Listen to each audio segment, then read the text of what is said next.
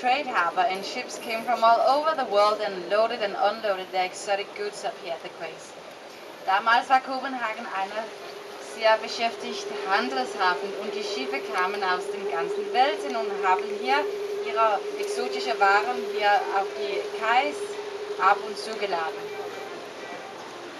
Og her var der selvfølgelig mange sailors, og på grund af alle de her sømænd, som drak en masse øl heroppe på knejperne, så var stedet her selvfølgelig også berygtet for sine letlevende damer, altså prostituerede. In this place, because of its many sailors and drunken sailors, it became notorious also for its easy-going women and for its gambling and tattoo shops. Og broen her foran os, vi har altså højvandet, så den er meget lav, så bliv venligst siddende ned. We have a low bridge in front of us, so please remain seated. Also die Brücke hier vorne ist ganz niedrig, also bitte sitzen bleiben.